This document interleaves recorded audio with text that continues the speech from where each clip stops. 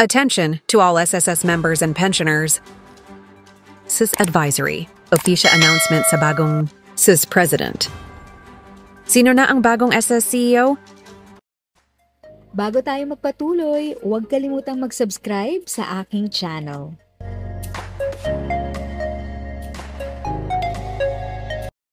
Thank you sa pag-click ng aking video. Good day po sa lahat ng mga nanonood. Sa mga bagong viewers at napadaan lang, by the way, I'm Tita Eda. Welcome to my channel. Ang channel na maghahatid sa iyo ng dagdag kaalaman tungkol sa government services, bagong mga balita at informative videos na galing sa legit na resources. Mag-subscribe na para updated ka. Pinangalanan ni Pangulong Ferdinand Marcos Jr. si Robert Joseph Declaro bilang Acting President at Chief Executive Officer ng Social Security System. Ang appointment ni Declaro ay kabilang sa mga inilabas ng Presidential Communications kamakailan, isang commissioner ng Social Security Commission na kumakatawan sa grupo ng mga tagapag-empleyo. Si Declaro ay may malawak na karanasan sa mga sektor ng pananalapi at korporasyon na nagsilbi bilang isang miyembro ng lupon ng Union Bank at Union Bank Investment and Trust Corporation.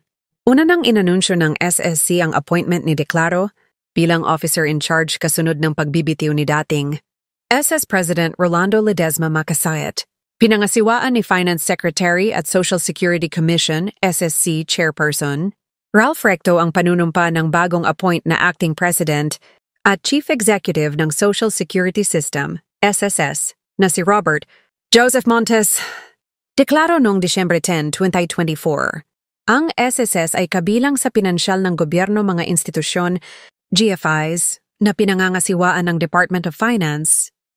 If sa tingin mo, natulungan ka ng video ko na ito, nakasave ka sa oras mo, you can click yung thanks button at any amount ay malaking help sa pag-grow ng channel ko. Yun lang po muna ang aking update.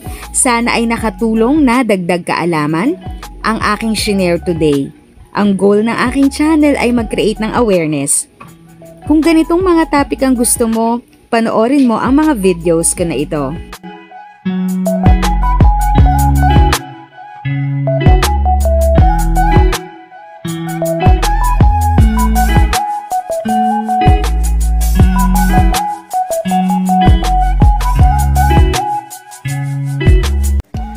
Thanks for watching! Kung may kapamilya, kaibigan o kakilala sa tingin mo ay magiging interesado sa video, please share or tag sila sa comment section. At syempre, if nagustuhan mo ang video, i-like mo na ito at subscribe ka na din.